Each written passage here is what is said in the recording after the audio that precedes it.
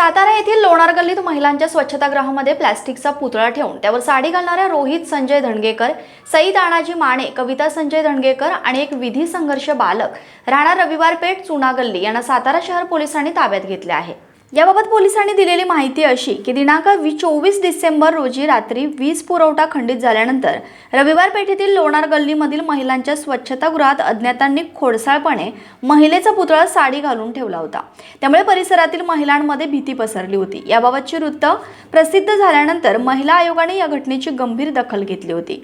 Police अधीक्षक समीर शेख यांनी सातारा शहर पोलीस ठाण्याचे वरिष्ठ पोलीस निरीक्षक महेंद्र जगताप यांना या घटनेचा छडा लावण्याचा आदेश दिला होता। या घटनेची माहिती घेऊन गुन्हे प्रकटीकरण शाखेच्या पथकाने चौघांना ताब्यात घेतले असता त्यांनी त्या कृत्याची कबुली दिली।